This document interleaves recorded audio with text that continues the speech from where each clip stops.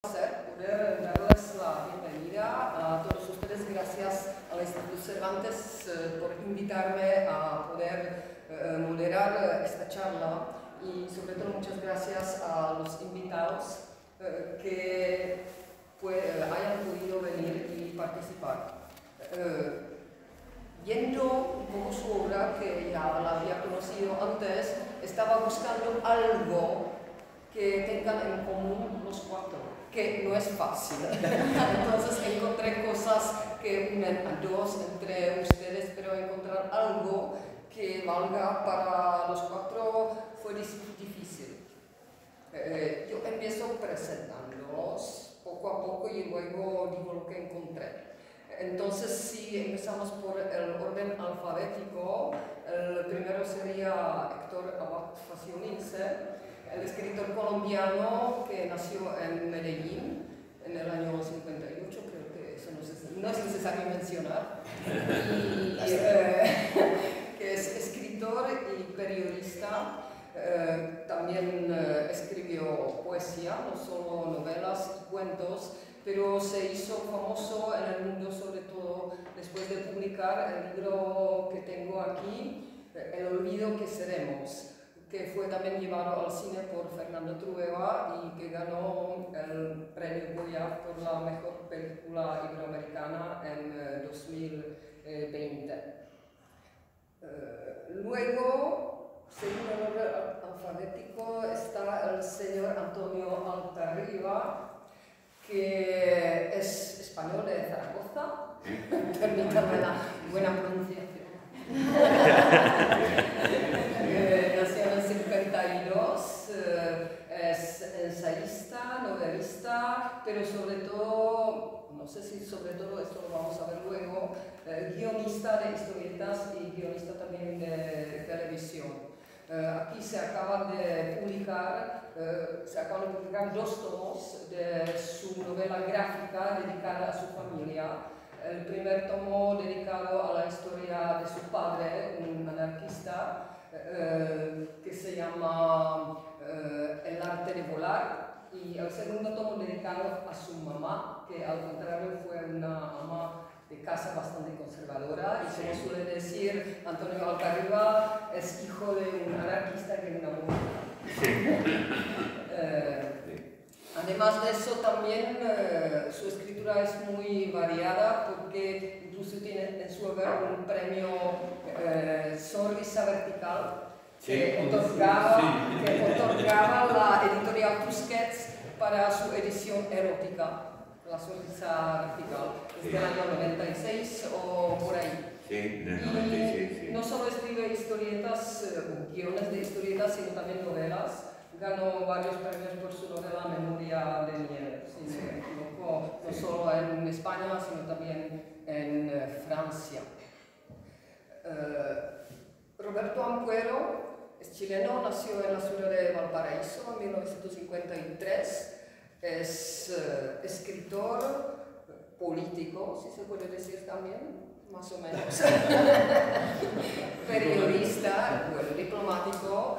Aquí se acaba de publicar su novela, algo entre memorias y novela, un género bastante mixto que lo une justamente con la novela El olvido que seremos, porque se mezclan recuerdos familiares o íntimos, personales, con la historia del país.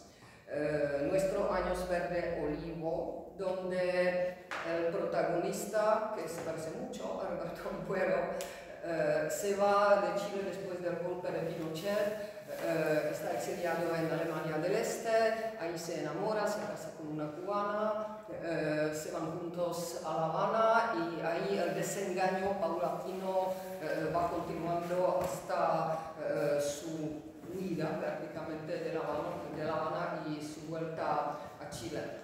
Yo creo que este es el libro más conocido de Roberto Ampuero, pero ya antes había publicado varias novelas policíacas con el protagonista Cayetano Brûlé, que es un detective privado chileno-cubano.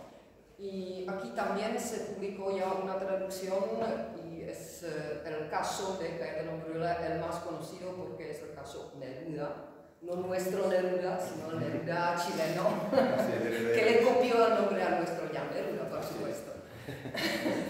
Y la única mujer aquí presente, Laura Chivite, es española, nació en Pamplona en 1995, se puede decir porque es tan joven que parece increíble. Y ella es escritora, había estudiado literaturas comparadas en la Universidad de Granada y se ganó muchos elogios de la crítica con su libro que es difícil encasillar entre cuentos o novela, que se llama Gente que ríe. Y la crítica calificó este libro como un libro novedoso, experimental, que abre los caminos de la literatura española.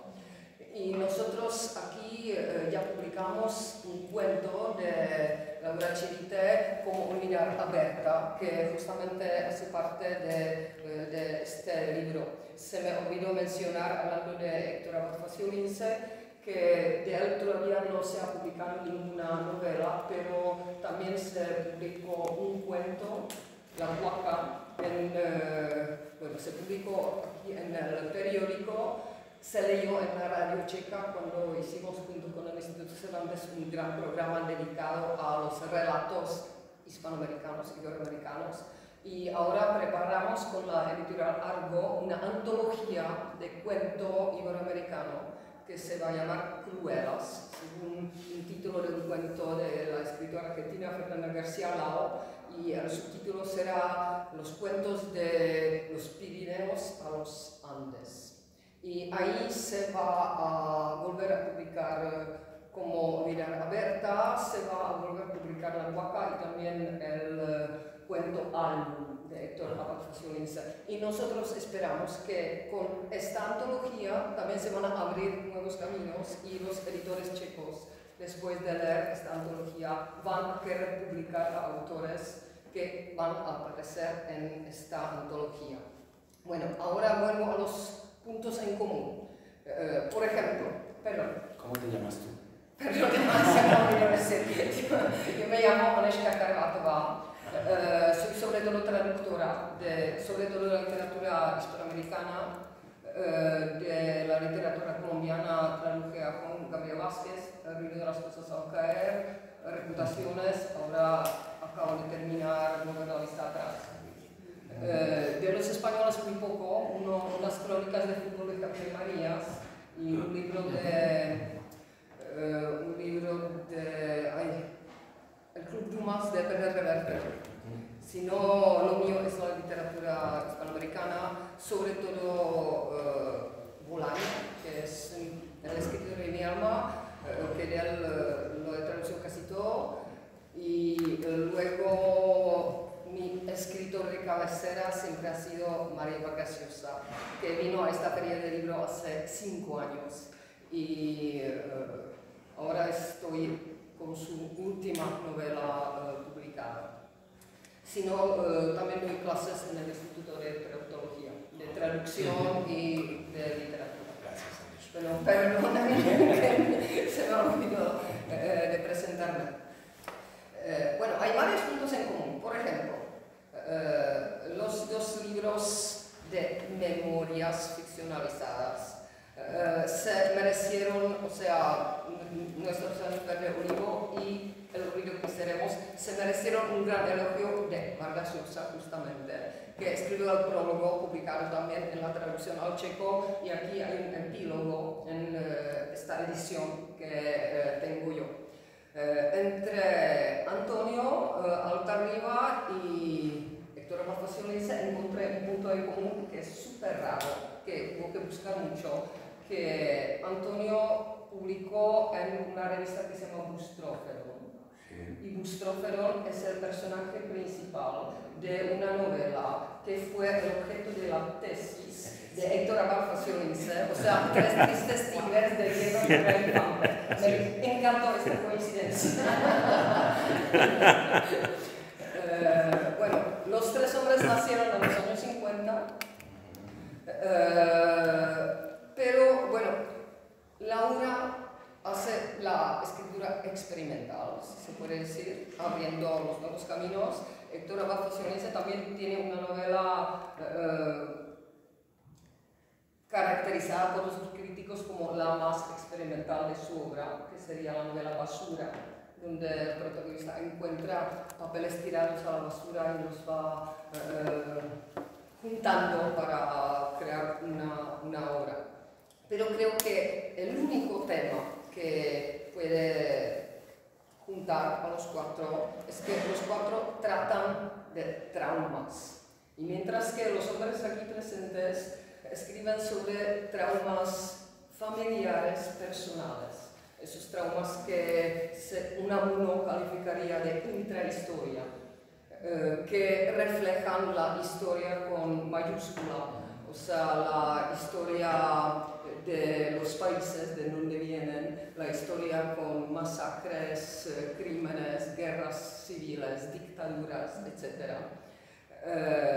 Laura Chivite también escribe sobre los traumas, pero no tanto de los traumas del pasado, sino de los traumas del futuro. Porque muchos relatos del libro La gente que ríe se desenvuelven en el futuro.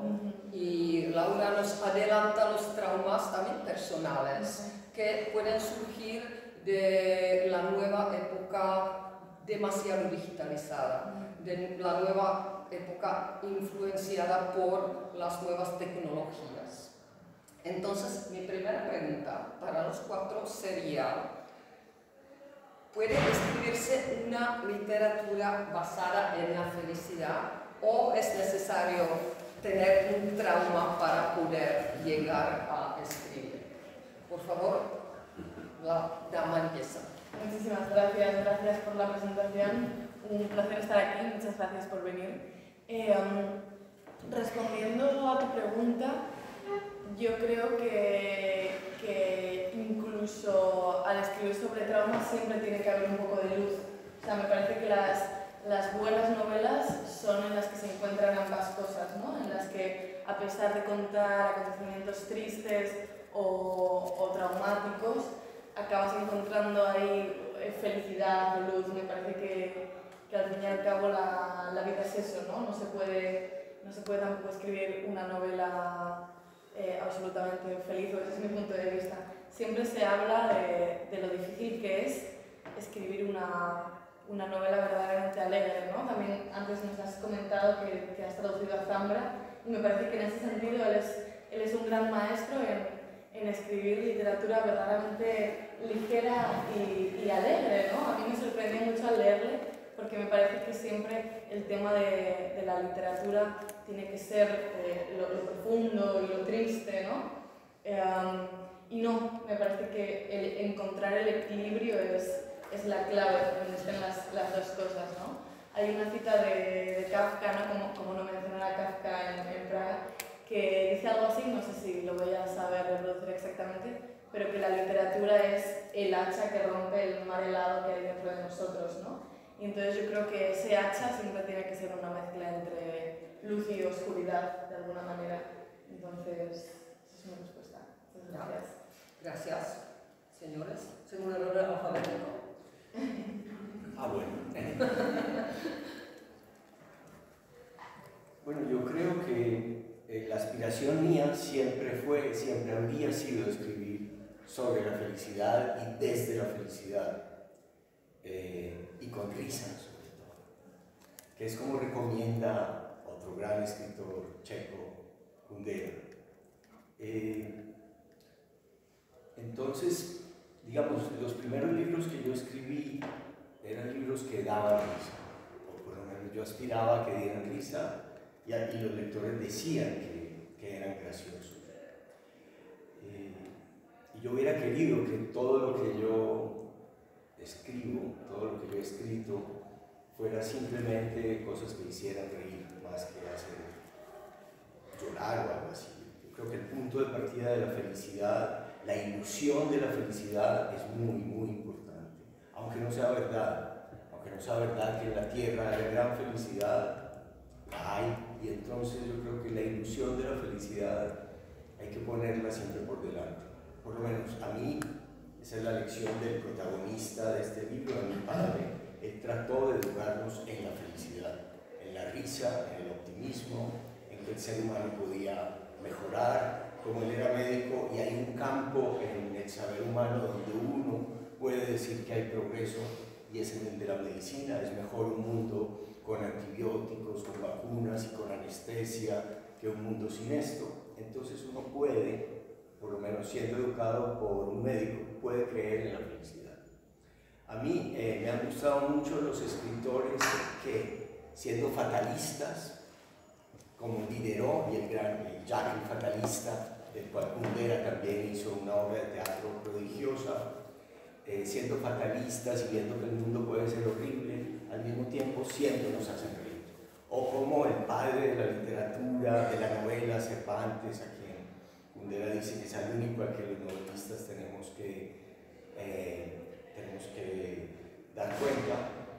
También, sobre todo, Cervantes es un gran humorista en el Quijote. Yo le contaba ayer a Antonio que yo, sin saber francés, o sabiendo muy poco francés, quise traducir el Cándido de Voltaire, Candide, simplemente porque era un libro que había leído traducido en español, en italiano, un poco en inglés.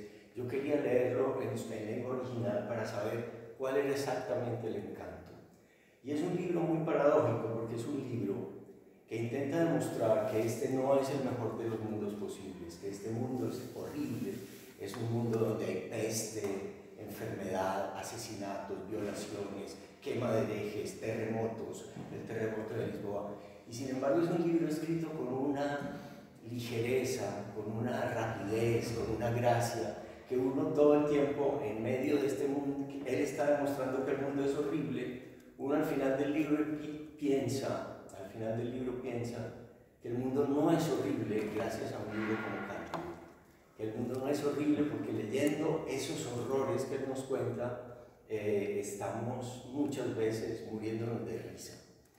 Entonces ya quisiera yo, y es lo que yo he querido hacer, aunque no parta de la felicidad, sino que muchas veces haya partido de la desgracia o de la tragedia, siempre he creído,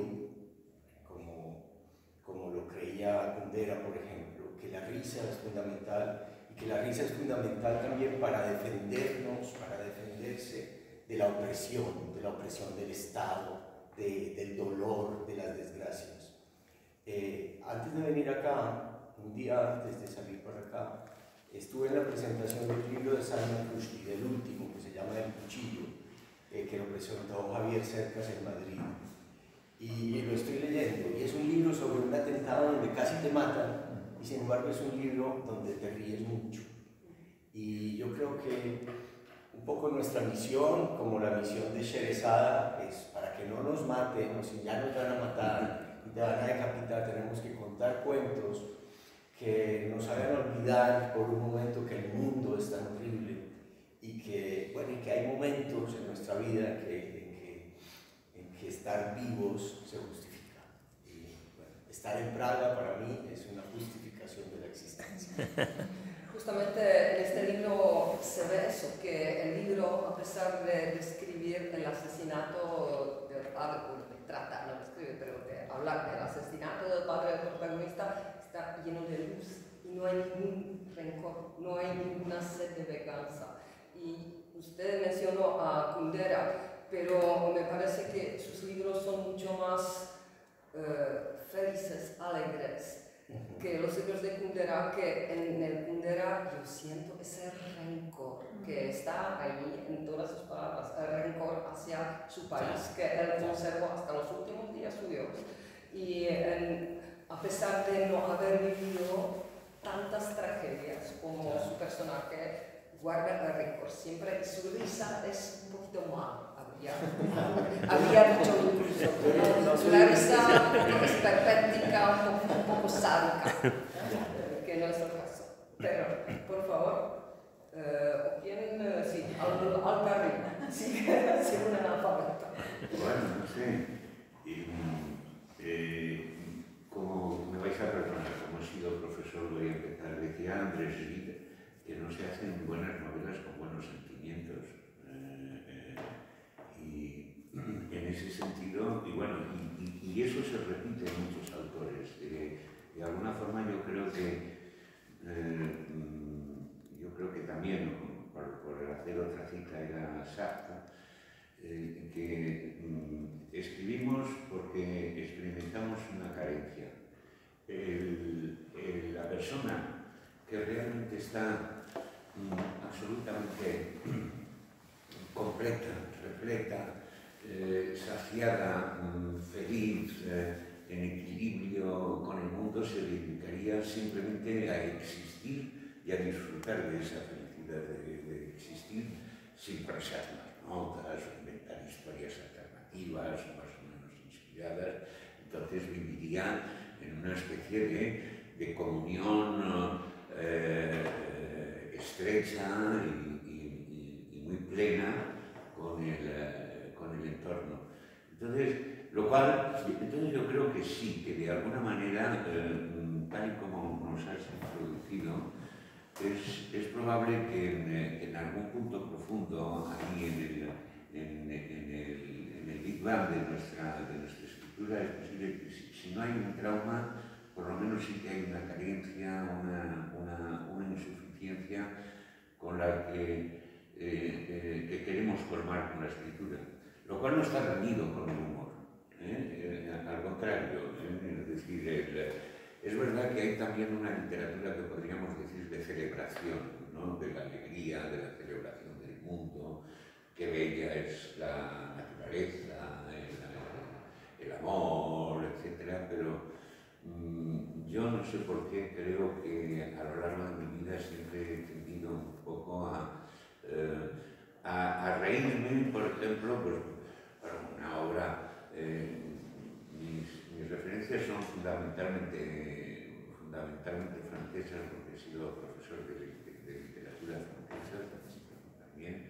Pues una novela tan oscura como puede ser Viaje al final de la noche de Sevilla, no deja de tener a veces unos rasgos de humor. Una luz de esperanza. Sí, ¿no? Entonces, en ese sentido, quizá si introducimos a veces, porque siempre introducimos momentos de felicidad, de humor en nuestra representación del mundo y de nuestras sensaciones, yo creo que en el fondo siempre hay esto, algo, si nos mantenemos durante tantas décadas, porque fíjate si somos insistentes, somos de los años 50, ahora llevamos ya a escribir, a insistir, y hay quizá, no sé, en esa insistencia yo creo que hay de alguna manera, no sé si tanto el placer de la escritura como la necesidad de exorcizar algo, ¿no? Y yo por lo menos lo veo así. De hecho, si me fijo un poco en toda la trayectoria, incluso en las novelas eróticas que pueden ser más festivas, más gozosas y todo eso, siempre hay un punto que viene a pervertir ese placer, a engrecerlo un poco. Es mi caso en concreto, ¿no? Muchas gracias. Por favor. Muy bien. Cuando hacías la pregunta, a mí me vino a la memoria, en forma incompleta, pero a la memoria me vino el tema de que hay un escritor del siglo XIX, no sé si es ruso, donde dice que todas las familias felices se parecen, son muy parecidas. Sí, creo que eso y sin embargo, la identidad particular viene dada por las desgracias de la familia. Y yo creo que eso es muy interesante, me estaba planteando a la hora de tu pregunta. Creo que está por ahí un poco lo que explica parte de mi obra. Diría más, esto está en relación con Thomas Mann, y ahora me tienen que llevar, porque tienen buena memoria. No sé si está en el Zauberberg, que es la montaña mágica, o si está en Dr. Faustus, donde dice que los tiempos felices pasan rápido. Sin embargo, los tiempos duros, difíciles, tardan mucho y siguen existiendo y son insuperables. Creo que ahí está algo, en el caso mío, por lo cual yo permanezco en algunos temas que tienen que ver fundamentalmente con momentos difíciles de la vida. Pero a mí me interesan los momentos difíciles fundamentalmente como expresión de una generación o de generaciones que nos atraviesan más allá del individuo, pero obviamente en el arte, en la literatura, el dolor generacional o social se expresa a través de figuras muy particulares, ¿verdad? Que son individuos. Y está allí para mí el tema central. Pero también tiene algo más que ver. Una persona, y yo sé que para los distintos colegas puede ser muy diferente, pero sí en el caso mío, una persona que es feliz tiende a la inmovilidad, lo que tiende es a mantener y conservar esa felicidad. Sin embargo, cuando tienes un personaje o una persona de carne y hueso que enfrenta una situación, circunstancias muy difíciles, lo que tiende es a superarlas, a ver esto como un obstáculo, a querer, desear y confiar y tener fe en que es posible superar aquella situación. Y solamente en la medida en que son capaces de superar, o uno es capaz de superar esos momentos, que aprende, cambia, crece, se desarrolla, madura. Y creo que va por ahí. Y lo otro, muy brevemente, tiene que ver también con algo que me pareció como persona, dentro de una generación y dentro del país. Y a mí me tocó vivir un momento de la, por decir así, de la utopía feliz, del sueño. En un momento, siendo muy joven, pensaba que Allende lo representaba. Y esa gran utopía que me pareció en ese momento que representaba Allende se rompe con una dictadura militar, la de Augusto Pinochet. Y después, eso te marca definitivamente, sobre todo si tenías 17, 18 años. Y después el hecho de haber ido al exilio, a un exilio voluntario, que no es la utopía mía en ese momento, porque yo fui un joven comunista, siendo muy joven, y renuncié también en La Habana, la veo proyectada y concretada y ofrecida en Cuba, en La Habana. Y voy allá y descubro que obviamente aquello no era lo que yo me había imaginado y rompo con aquello. Y nuevamente la pérdida de la ilusión, la pérdida de la utopía, la conversión de la utopía en lo real, es lo que te lleva a una situación difícil, nueva, de obstáculos y de plantearte, bueno, ¿y ahora qué? Cuando desaparece tu sueño, cuando tu utopía, y te encuentras con la realidad desnuda, tal como es. Sí, es un enriquecimiento de la persona, pero al mismo tiempo un momento de gran desorientación. Y creo que la novela y las novelas funcionan mucho en términos de lo ambiguo, de aquello que no está claro.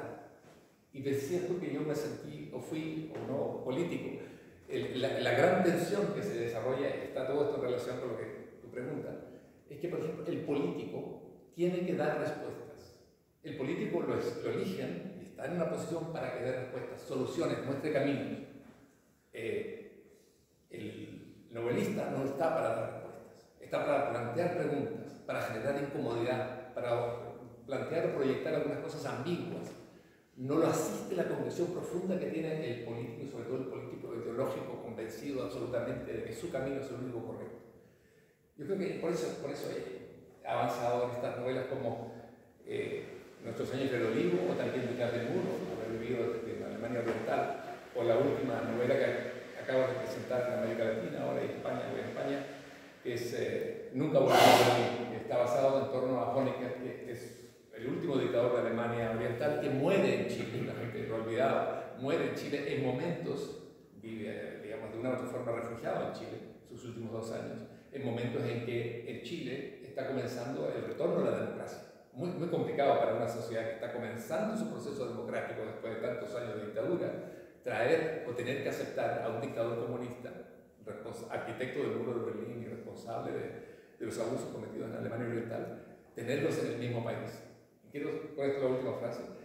Chile presentó en ese momento una situación muy extraña y única en el mundo. Fue el único país en el mundo donde llegó un dictador de los países comunistas que se acababan a vivir en un país donde la democracia volvía a recuperarse y a construirse, y donde termina muriendo. Fue un momento difícil para la democracia chilena, eludido por mucho tiempo. Y yo pretendí también con esta novela volver a tocar el tema, porque esta semana se cumplen 30 años desde que Honecker muere en Chile. Muchas gracias. Bueno, yo les planteo esta pregunta porque en general cuando doy clases explico un poco también la vida de los escritores, su obra, y los estudiantes siempre me dicen, pero ¿por qué todo tan pesimista? ¿Por qué todo tan negro? ¿Por qué todo tan horrible? Yo le digo, yo creo que la literatura surge de eso, ¿no? La literatura feliz es difícil. Y Héctor Abad Pacionice también escribió un ensayo, una obra crítica donde critica a Coelho, justamente, que para mí también es un escritor que escribe banalidades sobre la felicidad y no es una buena literatura, porque la buena literatura tiene que tener algo más profundo, algo más fuerte, diría yo. Bueno, ahora vamos a hacer preguntas un poquito más individuales. Todavía se me ocurre la literatura del desengaño. Si vemos, por ejemplo, usted menciona también en su novela a los cubanos y a los escritores latinoamericanos, y se pregunta por qué no hay ninguna obra escrita por un latinoamericano de izquierda lleno de ideales que luego vive en Cuba, porque había muchos que llegaron exiliados a Cuba y también se desengañaron y no escribieron nada, o a lo mejor no se desengañaron. Yo soy traductora como Héctor y traduje justamente a Guillermo Cabrera Infante, y esta para mí es la mejor literatura cubana, la literatura de desengaño, como Reinaldo Arenas. O sea, escribir desde el desengaño da mucha más fuerza a la narración que escribir desde la felicidad. Ahora me gustaría hablar un poco de los géneros, porque cada uno de ustedes está cambiando un poco la noción de los géneros tradicionales. Ya dije que Laura publicó unos textos que están a caballo entre la novela y cuentos, que hay un personaje que une todos los relatos que se llama justamente Berta, pero si no, cada relato es bastante individual desde el punto de vista del tipo de narración. Este cuento que se publicó en checo está escrito en imperativo, hay otro cuento escrito en el tiempo futuro, en la segunda persona, y más o menos en cada texto hay una novedad formal.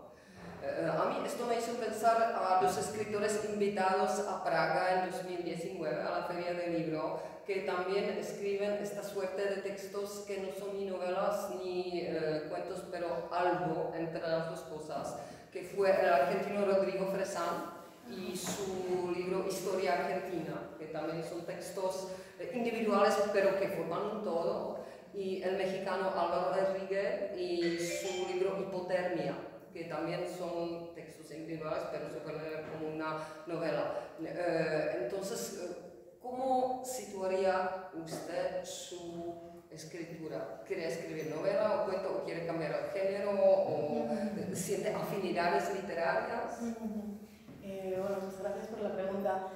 Yo este libro, Gente que ríe, que ciertamente hay gente que lo llama libro de cuentos, hay gente que lo llama novela, yo no soy quien para dar una respuesta a eso, cada uno que... Yo creo que ya cuando se publica un libro, ese libro pasa a ser de la gente y ya lo que se diga de él está bien. Yo lo empecé a escribir, el primer cuento de ellos, no el primero que se da en el libro, sino uno de los cuentos, lo escribí cuando era estudiante de literatura en Granada, a los 20 años. Y luego, a partir de ahí, fui escribiendo el resto hasta los 25 años. Y en ningún momento tuve intención de publicarlos ni nada, sino que los fui escribiendo aisladamente y muy diferenciados en el tiempo.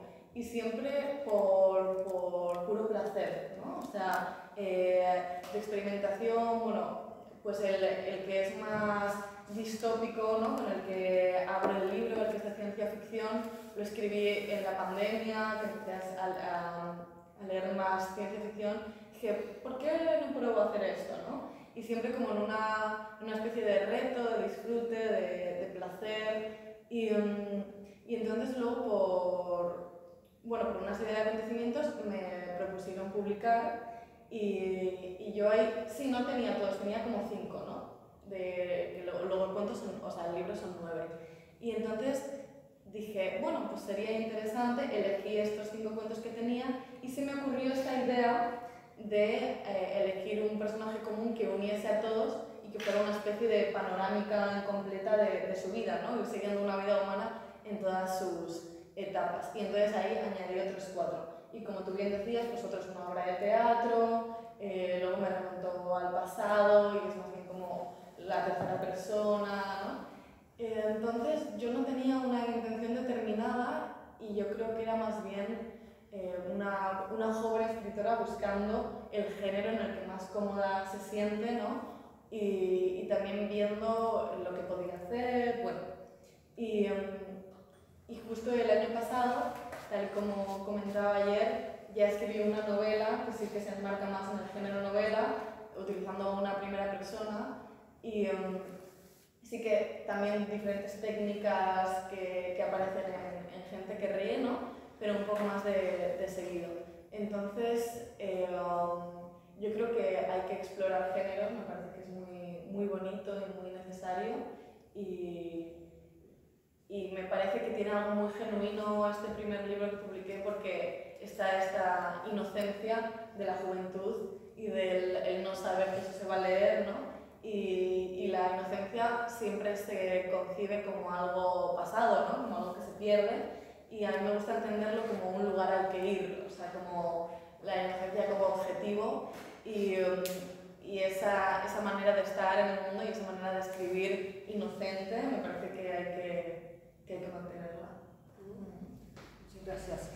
Y ustedes dos, como ya he mencionado al comienzo, escribieron una novela prácticamente autobiográfica, que son memorias ficcionalizadas. No sé si se puede utilizar el término tan de moda en Francia, autoficción, que todo el mundo ya escribe, pero me parece que no es lo mismo, que es más novela que autoficción. Lo que ustedes publicaron, porque la autoficción francesa, como la conozco, como que se está mirando demasiado el ombligo, mientras que aquí el protagonista no es tan egocéntrico, no lo ve todo desde su punto de vista. O sea, me gustaría que ustedes calificarían su obra si es más novela, si son más memorias, si puede ser la llamada autoficción. Por favor, señora.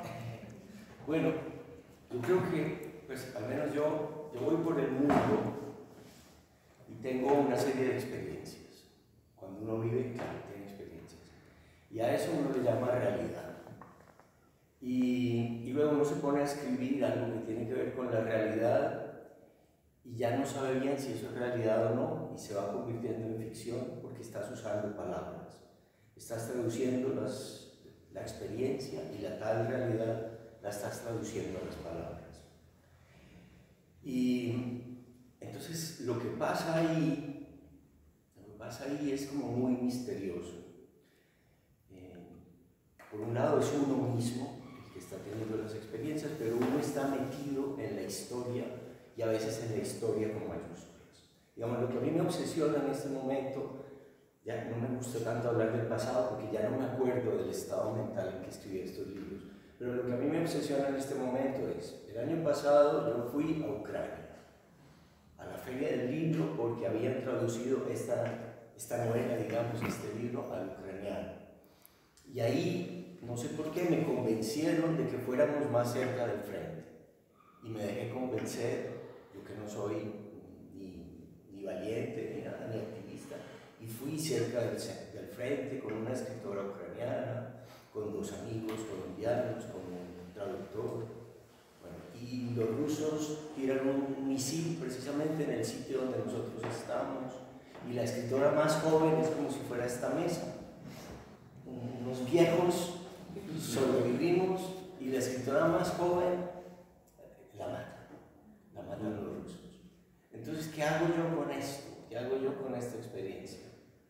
No puedo como pasar por alto, no puedo, siendo escritor, no puedo no escribir algo sobre esa experiencia, en la que mi vida normal, anodina, de escritor, al que el Instituto Cervantes tiene la amabilidad de invitarlo por ahí, por países, va y de repente, sin querer, sin ningún mérito, odio a Putin, detesto la invasión a Ucrania, sí he escrito mucho contra esa invasión, me parece un crimen espantoso y cuanto más cerca se está de Rusia más se sentirá ese temor. Pero lo que voy a escribir no es un panfleto. Entonces lo que estoy haciendo ahora es un libro que es 2 libros. La primera parte es F por ficción y la segunda parte es R por realidad. Los 2 libros se llaman Ahora y el Ahora. Y en el primero, en la ficción, es como lo que la experiencia y la realidad desata en uno como escritor, que eso se convierte como en un sueño. Digamos, eso que me pasó se convierte en mi cabeza en una especie de sueño, de un viejo, más viejo que yo todavía, que por algún motivo hace un viaje que resulta muy malo. Pero no es un viejo felizmente casado como yo, sino un viudo amargado. No es un viejo más o menos sano como yo, sino un viejo muy enfermo y medio deprimido como mi papá, y medio jodido, y que está deprimido y entonces hace un viaje, y ya no le pongo a ir a Ucrania, sino que hace un viaje a Egipto, a ver si puede ir a Gaza a llevar algo de alimentos, porque está obsesionado con que la gente se muera de hambre. Y entonces la primera parte es este viejo, que es la pesadilla que mi experiencia genera. Y la segunda parte es R, de realidad, y entonces trato con las palabras de contar qué fue lo que pasó. Y contarlo a veces con algo de reflexión, que podríamos decir que es ensayo, que podríamos decir que es protesta, ira contra Putin, ira contra la invasión, ira contra la muerte, ira contra los abusos, contra la tortura, contra todo esto. Ahí hay toda esa ira. Pero la primera parte es decir, digamos que en la segunda parte me cuesta mucho trabajo reírme, para volver a tu primera pregunta. Me cuesta mucho trabajo descubrir cuál es la felicidad. Pero en la primera puedo tratar de explorar por qué esta chica fue con nosotros. Puedo meterme en una intimidad que no conozco. ¿Por qué Laura nos acompaña a esta mesa? Y entonces en la primera parte puedo decir que ella lo hizo no por política, no por activismo, que ella era una gran activista además de escritora, sino que lo hizo por amor, que es por lo que casi todos hacemos las cosas. Y bueno, ya, entonces el género, no sé, no me importa mucho. Sé que la realidad, la experiencia, genera en uno como la historia con mayúsculas, la realidad, la reflexión sobre la realidad, pero genera también la pesadilla, el horror y el asombro de ser un viejo que sobrevive y que haya unos niños ahí que mueran, o unas jóvenes promesas que solo tienen futuro, cuando uno ya casi que solo tiene pasado. Bueno, espero que allá no se vaya a repetir, aquí no se vaya a repetir algo, porque aquí hubo, como lo comentamos, la masacre en diciembre, al tiroteo, donde murieron 14 personas entre estudiantes y... es que uno nunca sabe cuándo viene el infierno. Entonces, por favor, no. Y la segunda parte sería como la crónica, ¿no? Sí. Ese género muy español que en checo no existe, es difícil traducir eso como las crónicas que escribe Elena Poniatowska o Sí, que es un poco escribía... bueno, muchas gracias, Roberto. Sí. A ver, yo creo que uno deposita muchas esperanzas en lo que es la memoria, en el sentido de escribir memorias. Y para ser realista, uno tiene que asumir las limitaciones que tiene la memoria. Yo cuando pienso, escribo mis memorias, por ejemplo esto, mis memorias de los años en Cuba, o mis memorias en Alemania Oriental, me doy cuenta que están los recuerdos por un lado, por otro lado está la fantasía, que se va introduciendo, y hay otro momento que tiene que ver con la mala memoria. O sea, la memoria se escribe sobre una combinación entre Memoria, supuestamente lo que recuerdas fielmente. La mala memoria, cosas que olvidas, lecciones, pero se te pierden. Fantasía, porque se empieza ahí a enhebrar de alguna forma la fantasía. Los olvidos. Entonces uno cuando escribe una memoria va escribiendo en contra de sí mismo, tratando de acercarse lo más posible a aquello que efectivamente ocurrió. Pero ya sabemos que lo que uno vive es lo que recuerda. Así que gran parte o muchas cosas se pierden. Pero asumir esa posición de lo feble, de lo que es la memoria, te permite ser muy honesto y no erigirte en el dueño de la verdad y en quien puede decir yo domino la historia y esto fue así. A lo más a lo que puedes llegar es a decir esto lo vi así, lo sentí así y es lo que recuerdo. Y creo que eso es importantísimo. Y el otro punto que me interesa también es con respecto a la historia pasada, es tratar de rescatar, y aquí vinculo con lo que decía Héctor, dimensiones que de una u otra forma se pierden cuando uno intenta llevar y plasmar lo que fue la realidad supuestamente tal como fue. Y esto es posible solamente mediante la ficción, la fantasía, la invención. Porque, a ver, quiero darle un ejemplo. Mi última novela, no me refiero a Nuestros años perdidos, sino que a esta otra, Nunca volveré a Berlín, donde aparece Honecker. Hay elementos que la historia perdió definitivamente con respecto a este último dictador alemán. Y es que asintió, al final, en términos muy privados, cuando sabe que su muro de Berlín cayó, que su Estado comunista desapareció, que todo el mundo comunista de Europa Oriental también se vino abajo, está muy lejos de su país, no puede volver a su país porque hay mucho rechazo en contra de él, está enfermo, defenestrado por sus propios camaradas. Esos pensamientos profundos, que los tiene que haber tenido, tenemos que estar de acuerdo con eso, que tiene que haber pensado al menos, eso se perdió definitivamente. Sin embargo, algo que tiene que ver con memoria, algo que tiene que ver con novela, puede reconstruirlo tentativamente, respetando dos, diría yo, categorías. Uno es la categoría de lo plausible y el otro es la categoría de lo verosímil. Y en la medida en que tú eres capaz de construir a partir de ciertas huellas que dejan las personas en su vida, construir una prolongación de esa vida o sus reflexiones, siendo plausible y siendo también verosímil, el lector está dispuesto a avanzar contigo. Y creo que ese es un esfuerzo y un aporte que puede hacer la literatura, lo puede hacer también las memorias. Cuando tú incorporas dentro de esto el reconocimiento y la aceptación de que son imperfectas, pero por lo mismo te permite recoger o imaginar posibles pensamientos, reflexiones, sentimientos que tuvo esa persona. Entonces, yo creo que cuando uno escribe, digamos, montado en dos caballos, memoria y ficción,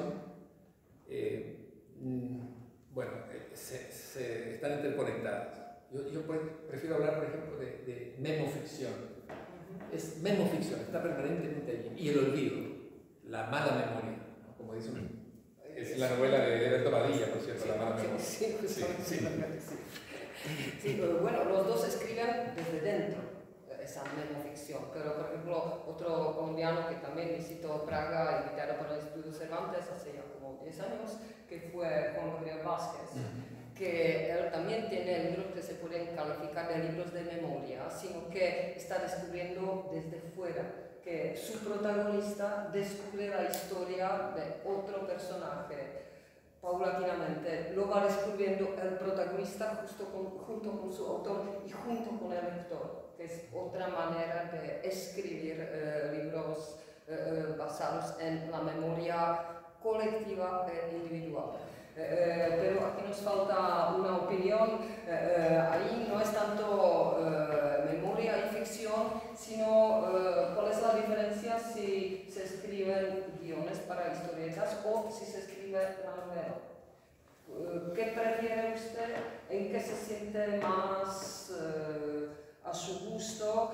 y cómo lo consiguen los lectores, porque en este país hasta hace poco leer historietas era cosa de niños. No existían novelas gráficas para adultos. Últimamente ya cambiaron después de Maus y otras cosas, pero mucha gente de la generación un poquito vieja sigue viendo historietas como cosas que no hacen parte de la literatura alta. Sí, es algo que yo creo que ha estado muy extendido.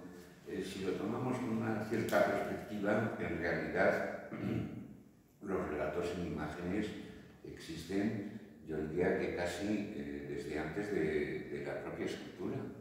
Es decir, el primer reflejo, la primera pulsión de decir yo estoy aquí. Hace un momento le comentaba a Héctor que ha tenido un gesto muy primitivo a la hora de firmar su dedicatoria en el libro, porque ha dibujado su mano en las cuevas rupestres. Hay muchas relaciones de la propia mano. Eso, de alguna manera, no sé, digamos, en ese contexto histórico, de pensamiento, qué es lo que querían decir, lo que querían transmitir. Quizás simplemente ya es un yo estuve aquí, y esta es mi mano. Quizá era, pues no sé, una demostración de poder o de tono de posesión, etc. Pero en cualquier caso, había ya en las primeras representaciones rupestres, yo creo que una voluntad de contar, una voluntad narrativa. Y eso ha seguido a lo largo de la historia. En la catedral se puede leer de arriba abajo, la portada, los bajorrelieves que pueden adornar la fachada, las cristaleras, los tapices, toda la imaginería. Ahí nosotros conocemos el guión implícito que nos está diciendo, mira, hay 3 reyes postrándose de rodillas ante un niño desnudo. Sabemos inmediatamente quién es ese niño desnudo, que esos 3 reyes vienen de Oriente, que son los reyes magos, etc. Y ya proyectamos nuestra propia historia porque conocemos el guión y eso nos permite leer las imágenes, ¿no? En ese sentido, yo diría que la fase que infantilizó el relato en imágenes es una fase que está, de hecho ahora el problema fundamental que tenemos es que hay poca producción de cómic infantil, es una producción mayoritariamente para adultos, y es importante que existan también los cómics infantiles porque son fuente crean lectores. Entonces, fue fundamentalmente a partir de finales del siglo XIX y hasta los años 60 del siglo XX cuando fundamentalmente la burguesía europea le pareció que los relatos en imágenes eran muy didácticos y muy formativos y muy moralizantes para los niños, ¿no? Y que a través de las imágenes pues les podían dar unas lecciones, unas educaciones, y fue cuando se identificó. Pero yo creo que eso lo hemos superado y estamos, pues yo creo que un número bastante importante de autores ya apostando por lo que antes se llamaba, pues eso, un cómic de autor, un cómic adulto, etcétera, ¿no? Ya con ambiciones de densidad narrativa y que te obligan a mantener una relación, por enlazar un poco con lo que decíais vosotros, a mantener una relación muy especial con los recuerdos, con las lecciones, con las experiencias que decías tú, que es la vida, una acumulación de experiencias, porque la transcripción que haces de esas experiencias se hace a través de una forma expresiva que tiene bastantes diferencias con la literatura. Fijaros, por ejemplo, vosotros cuando escribís una novela, pues quizá en un momento determinado, ahora en la novela moderna ni siquiera es a veces muy necesario, pero en la decimonónica sí que era muy habitual, se hacía una descripción minuciosa del personaje, ¿no? Como era su aspecto físico, etc. Pero ya una vez presentado, ya no tenías que volver a repetir el aspecto físico, con decir su nombre o simplemente su pronombre, él o yo, si estaba contada en primera persona. Una de las pesadillas del dibujante de cómic es que él no tiene capacidad pronominal. Entonces, cada vez que aparece el personaje, quiere decir que aquí está mi padre dibujado con unas 700 en distintos planos, más lejos, de perfil, de frente, etc. ¿no? Entonces, eso, según un amigo mío, hace que los dibujantes de cómic caigan en la melancolía, porque repiten que están condenados a esa repetición, ¿no? Y eso hace también, pues lógicamente, que esa repetición se aprovecha para que también sea, digamos, narrativa, ¿no? El personaje aparece presenta su rostro, pero en ese rostro lleva al mismo tiempo marcada en sus facciones una expresión, un sentimiento, una alegría, algo de lo que nos transmite lo que está pensando, lo que le está pasando por dentro, aunque en un momento determinado no necesitemos ni siquiera vocabularios, ni siquiera ningún texto para explicar por el contexto. Y simplemente la gestualidad, la posición del personaje, ya sabemos que en ese momento hay una bomba afectiva o una bomba de desgracia explotando en su interior. No necesitamos decir nada, y en ese sentido casi la sugerencia de las imágenes me parece que pueden filtrar de una manera muy eficaz. No vamos a entrar aquí en el debate, yo por supuesto apostaría que es muy superior a la literatura, pero no vamos a entrar en ese debate, pero que en cualquier caso sí que la expresividad de la imagen permite no solamente dar vida a los personajes, sino también lo mismo ocurre a la hora de completar pues toda una serie de entornos. Por ejemplo, yo creo que el siglo XX, que aparece como escenario de fondo en la vida de mi padre y de mi madre, está fundamentalmente representado por una especie de cacharrería, que es, pues bueno, los objetos cotidianos que existían. ¿Cómo era una casa rural en España de principios del siglo, cuando mis padres eran niños? ¿Cuál era el mobiliario? ¿Cómo se vivía en la cocina? ¿Cuáles eran los objetos cotidianos que colgaban, que pendían? ¿Cómo se situaban a la hora de comer? ¿Dónde comían? ¿No? No sé, yo recuerdo ahí un detalle que en ese sentido lo tuvimos en cuenta tanto Tim como yo. En un momento determinado unos personajes están teniendo una tertulia en torno a la mesa, vamos viendo cómo poco a poco la pobreza hace que ese escenario se vaya, los detalles de lujo vayan desapareciendo porque los tienen que empeñar para ir sacando dinero, y al final solo queda en el techo un papel adhesivo con mosca. Esto los jóvenes no saben. El atrapamoscas. Esto los jóvenes no saben qué es. No saben lo que es. ¿Qué es eso que hay en el techo ahí puesto, ¿no?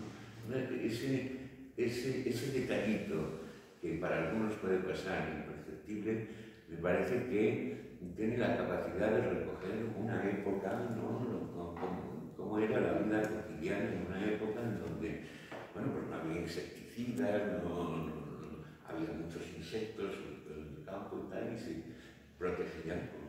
Además, un objeto muy difícil de empeñar. Sí. Bueno, eso era ya lo último que quedaba. Yo creo que ya les ofrecieron muy poco. dibujante. Sí, Todos sí, sus sí, sí, detalles, todos y estos- la cara de su sí, papá también, todos se basó en la estos- fotografía. No, bueno, lo que ocurre, se producen fenómenos muy curiosos, porque, por ejemplo, yo le pasé aquí todo lo que era el álbum para dibujar este cómic, lo que podríamos decir el álbum familiar, que era muy escaso, es decir, en aquellos tiempos, en los tiempos de nuestros padres, no tenían miles de fotografías. Yo recuerdo que mi álbum familiar está en una caja de zapatos con, pues no sé, 50, 60 fotografías que habla de mis padres en distintas épocas. Yo se lo pasé todo aquí, pues para que, bueno, intentara reproducir las facciones. Luego King hizo lo que quiso, lo que pudo, de tal manera que mi padre no se parece especialmente al señor que aparece aquí dibujado, ni mi madre, pero se ha producido una especie de mimetismo, porque, en primer lugar, voy a los sitios a presentar el libro y me dicen, te hemos reconocido enseguida, eres igual que tu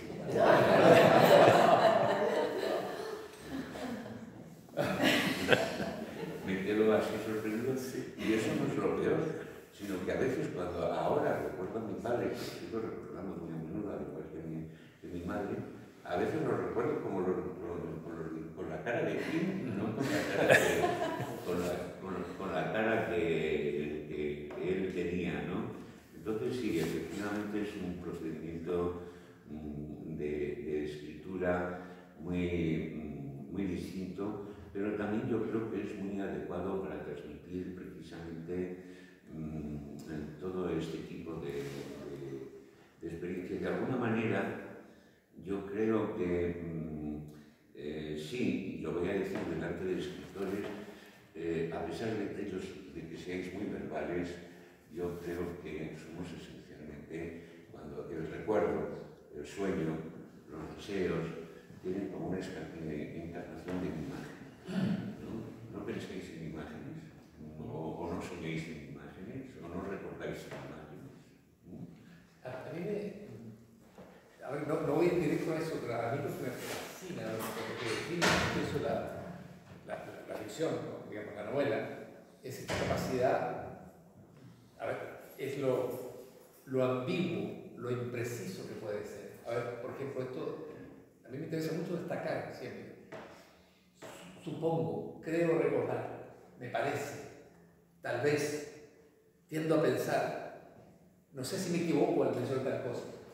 Y eso te hace una libertad tremenda, porque tu precisión, al recordar incluso, pues te estás dudando, al lector mismo que se atreva a pensar en varias alternativas. Lo quiero pensar de forma más precisa. Cuando tú vas al cine y ves la película y ves al actor y al protagonista, los dos principales, y en el espacio en que están, allí no hay duda. Ahí hay una, voy a decirlo así con mucho respeto, hay una dictadura. Esto es así y no hay duda, esto es acá, lo puedes retratar, medir, como sea, ahí está definido. Cuando tú relatas algo a través de la palabra, esa misma escena, esas dos personas, son millones, porque cada uno que está leyendo se imagina a esa mujer o a ese hombre que están hablando y en ese espacio en que están, a partir de los datos muy escasos que va entregando el escritor. Y el resto lo construye, y eso me parece fascinante, el resto lo construye el lector, lo llena a partir de su experiencia. Y por eso que a veces nos cuesta mucho, por ejemplo, o nos puede costar mucho leer una novela situada en la Mongolia o situada en Beijing, porque no logramos completar bien ese ambiente. En una película lo vemos de inmediato, la podemos ver de inmediato. Eso a mí me apasiona mucho. Este reconocimiento de la literatura, ¿sabes? Aquí reina la ambigüedad. Aquí no hay una definición total, no hay una verdad única. Eres tú lo que escribes, pero son muchas señales posibles de ser interpretadas de distintas formas. Y creo que por ahí va también esa relación que establecen las personas, los lectores de uno, contigo y con tu obra. porque de una u otra forma tienen la percepción de que aquellos personajes que nunca vieron una foto ni una imagen de ellos, de ese personaje, está propio, lo hicieron suyo a partir de las escasas pistas que diste como novelista. Y eso a mí me resulta siempre fascinante en la arquitectura. Bueno, eso que acaso se llama el poder de las mentiras. Carlos Fuentes, al recibir el premio Cervantes, hablaba del poder de la imaginación tremendo que tiene la obra de Cervantes. Y lo que usted dijo, la imaginación es imprescindible para cualquier escritor. El escritor escribe desde la imaginación. Y yo que soy traductora también traduzco desde la imaginación. Al traducir algo yo primero tengo que verlo en mi cabeza. Si no lo veo no puedo traducirlo bien. Y por eso también a veces no está mal ver películas, ver incluso series ambientadas en los países desde donde uno traduce, porque ayuda a imaginar justamente el paisaje, etc. Entonces la imaginación es condición sine qua non para cualquier escritor.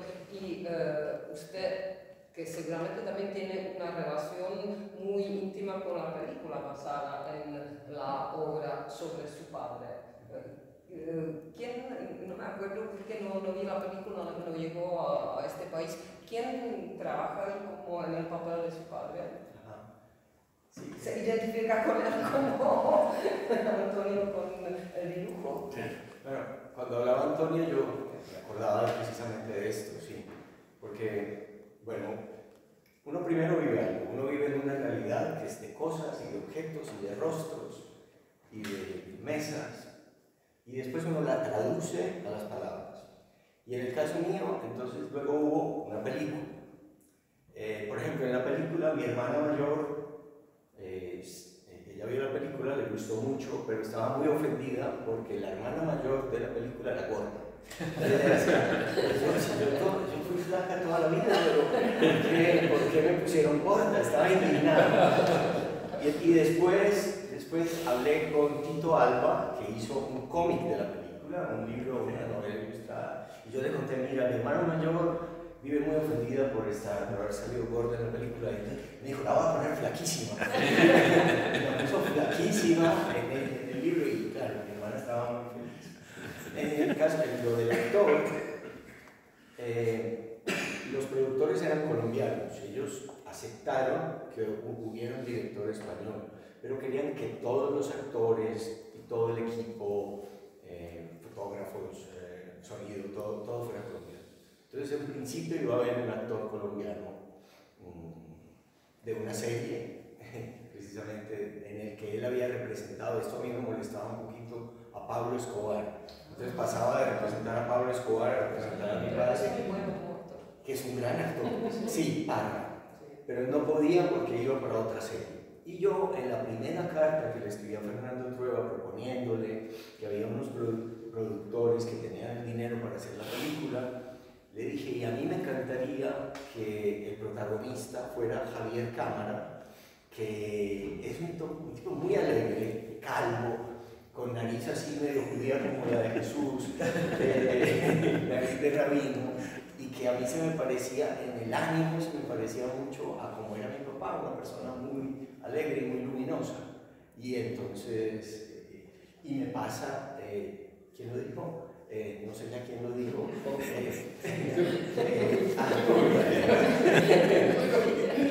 A veces me pasa que recuerdo un poco a mi padre con imágenes de Javier Cámara.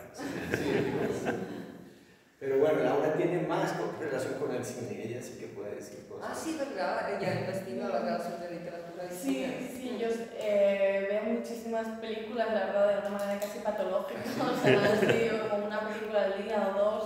Ayer no vi una peli, ¿no? Pero es raro el día que no veo una película. Y sí que, como decías tú, Antonio, ¿no? Claro, yo pienso en imágenes, pero también las imágenes y las palabras para mí son un poco lo mismo, ¿no? Porque una imagen es lo que tú te describes con palabras, ¿no? Eso es un poco ahí algo ambiguo, pero yo no logro diferenciarlas tanto. Y entonces escribo literatura, porque aparte de que me encanta escribir, pero siempre pensando en términos cinematográficos. Y claro, escribir una novela es infinitamente más barato, sobre todo que hacen una película, ¿no? Y también más solitario.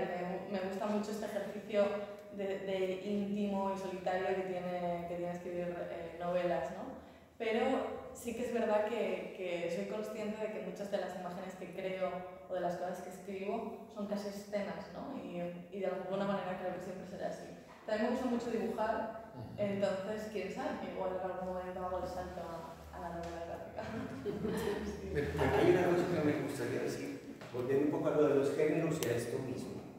A mí me ha pasado muchas veces con este libro, con La Oculta, que le regalé hoy a Gonzalo, y con otros, que lo primero que a mí se me ocurre de algo que quiero escribir, lo primero que a mí se me ocurre es un poema. Y lo que un poema para mí significa en general es como que Clarice Lispector decía que escribir sería muy fácil si no hubiera que usar palabras para hacerlo. Entonces, un poema que es una síntesis, lo más denso, unas decantaciones, para mí la poesía es como el alcaloide de la literatura, como poner en algo muy breve todo lo que quiero decir. A mí me ha ocurrido en malos poemas, porque no soy buen poeta, me ha ocurrido que lo primero, El olvido que seremos, me acuerdo perfectamente, surgió como un poema que se llama Memento, que escribí en un hotel en Caracas en el año 2001, años antes de escribir la novela. Y para mí, digamos, el primer verso, que es un endecasílabo, para mí es importante porque es como, esto es lo que yo quiero contar. Mi padre era doctor y olía a limpio. Ahí está como casi todo el libro. Era médico y olía, era una persona limpia. Y ya, ahí como que está todo. Encuentro el tono y las palabras que debe tener después el libro entero. Yo siempre que estoy escribiendo, trato de leer mucha poesía. Creo que nada nutre más a un prosista para defender las palabras. Nada nutre más a un prosista que la poesía. Sí. Claro que la poesía son imágenes, escribir poesía es escribir en imágenes. Y además, Sergio Ramírez, que vino hace como 3 semanas aquí en Praga, decía en Nicaragua, todos somos poetas, que me hizo reír mucho porque lo mismo dicen los chilenos, cualquier chileno es poeta, los colombianos también, todos, prácticamente todos los latinoamericanos, primeros que todos son poetas y luego otras cosas. Entonces la poesía siempre está en base de todo. Usted quiso mencionar algo, ¿no? Sí, yo quería mencionar que tuve una experiencia con la televisión, porque hace más de 20 años me invitaron a ser el autor de una serie, la primera serie policial de la televisión chilena que se hizo. Y yo dije, me parece interesante la idea, porque tengo una serie de Cayetano Molina, pero no era sobre este detective de mis novelas, sino que algo distinto. Bueno, se terminó llamando Brigada Escorpión. Pero lo interesante fue, yo dije, no se confundan, yo soy novelista, no soy guionista. Hay gente que cree que ser guionista y novelista es lo mismo, no es lo mismo, puede inducir a tremendas equivocaciones. Así que yo no asumo algo que no manejo. Ser guionista es muy distinto. Ok, no, crean la historia y tenemos uno de los mejores guionistas que existe en Chile y entonces él va a hacerlo. Bueno, así comenzó. Entonces empecé a escribir la historia. Uno como novelista es dueño de esa obra, completamente, desde el comienzo al final, ¿verdad? Y comienza esto. Y entonces, al cabo del tiempo, empiezo a notar que el director, bueno, el guionista cambia un poco, cambia la cosa. Después empieza la filmación, el director.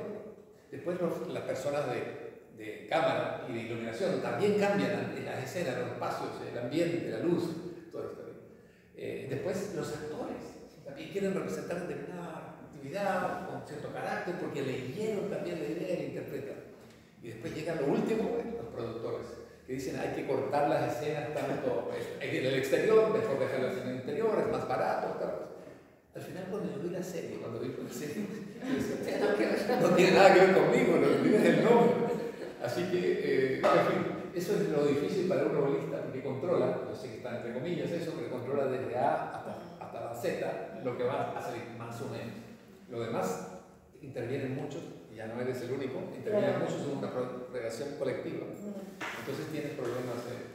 Me imagino, no sé si les habrá pasado a ustedes. Bueno, por la distancia, ¿no? en el cómic es como no no hay un equipo tan grande como en el cine. Yo creo que es algo que está un poco a caballo entre unas cosas. A empezar, no deja de ser un libro, es decir, de formar parte, digamos, del conjunto editorial que aparece en las librerías, ¿no? Viene presentado en papel, encuadernado, etc. Es decir, que no ya, digamos que tu actitud de lectura no es lo mismo que cuando vas a una sala o cuando estás enfrentado a una pantalla, ¿no? Entonces, es verdad que de todas formas sí que existen algunos importantes cambios entre la imprecisión, precisamente, pero ese paso que hay en el guión, por muy minucioso que quiera ser en los detalles del guión, digamos unos descriptivos pues lo más completos que puedo. Luego, cuando recibo la página dibujada, no es del todo lo que yo había acabado de imaginar, pero normalmente si consigues aliarte con el dibujante, porque yo pienso que cada historia en el mundo del cómic tiene el dibujante que puede ponerla en imágenes lo mejor posible. Y hay que conocerlo, y hay que seducirlo, y hay que convencerlo, y hay que meterle en esa historia. Y entonces, digamos que ahí ese fenómeno del que tú hablas, en el que se va perdiendo con la intervención es mucho más repetido, ¿no? Y de alguna manera lo sigues sintiendo como mucho más tuyo, y lo que sí que tienes es casi siempre una satisfacción al ver convertidos ya en imágenes, adquiriendo una forma precisa, los decorados, las situaciones, las iluminaciones, los planos, la anatomía. Hemos hecho previamente, porque también existe una especie de casting gráfico, ¿no? Cuando tú haces un guión, tú le mandas a tu dibujante una especie de ficha de los personajes y de cuáles son sus características, y distinguía lo que podríamos decir distintas pruebas de imagen, de que, mira, pues este personaje lo vería con esta cara, con este tipo, con esta forma más delgado, gordo. Y es ahí donde, a diferencia del cine, adelgaza mejor. No hace falta. Lo puedes hacer. Es mucho más manejable y en ese sentido mucho más controlable, hasta el punto de que sí, seguramente se van a hacer adaptaciones al cine de algunos cómics míos, y seguramente a partir de esas adaptaciones no sé hasta qué punto me sentiré identificado, ya me parecerá un producto un poco ajeno a mí. Es muy probable, ya me estoy haciendo a esa idea, y que tengo que asumirlo porque es otro lenguaje, es otro tipo, y ya está.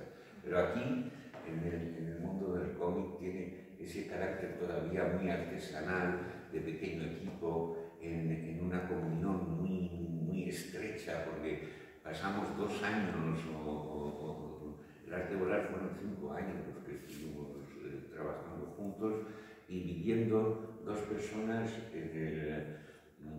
Tú hablabas de la soledad, Laura, ¿no? Es verdad que lo de la soledad del escritor puede ser muy gratificante y te puede llevar a momentos casi como de éxtasis cuando estás escribiendo y ya pierdes la noción del tiempo, y de pronto dices, oiga, pero si ya son las 9 y estaba aquí metido no me he enterado de lo que hay en este mundo, ¿no?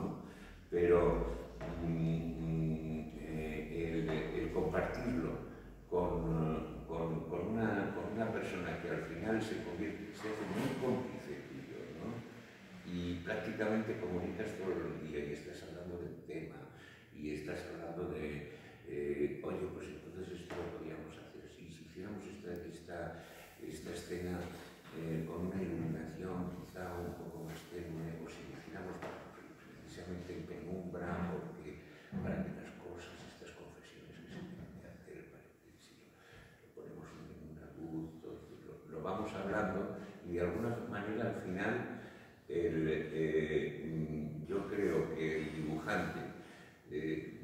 siente como propio el guión y el guionista siente como propio el dibujo. No hay esa especie de distanciamiento del que hablas tú, Roberto, por ejemplo. Yo no sé cuánto tiempo nos queda, seguramente alguien de ustedes también me querrá preguntar algo, pero nos volvemos a ver todos, supongo, en la Feria del Libro, porque ahora se va a inaugurar el stand hispanoamericano, se puede decir, iberoamericano, no sé, pero sobre todo también luego habrá charlas individuales. Mañana tengo yo la charla con Econabat, que va a ser sobre no solo este libro, sino sobre su obra en general. Empieza a las 6 de la tarde, si no me equivoco, y antes a las 5 nos juntamos en el stand español para la firma, ¿no? También. Y a las 5 está su charla con el traductor del stand Škoda, supongo, también en la Feria del Libro. Roberto Ancuero hoy a las 4, ¿no? Yo antes tengo el antipremio a la peor producción de la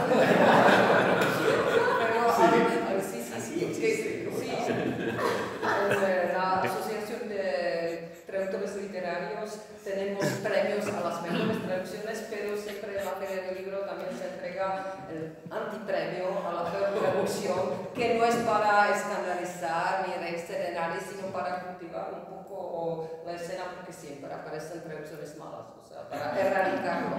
Pero al terminar voy corriendo a ver la presentación de Ancuero, y el domingo nos vamos a volver a ver con Laura, que llega la traductora Blanca Stanková, que va a moderar el encuentro. Entonces, invitados todos y muchas gracias por esta charla. Se me quedaron muchas preguntas en el tintero, pero vuelvo a hacerlos luego en las presentaciones individuales.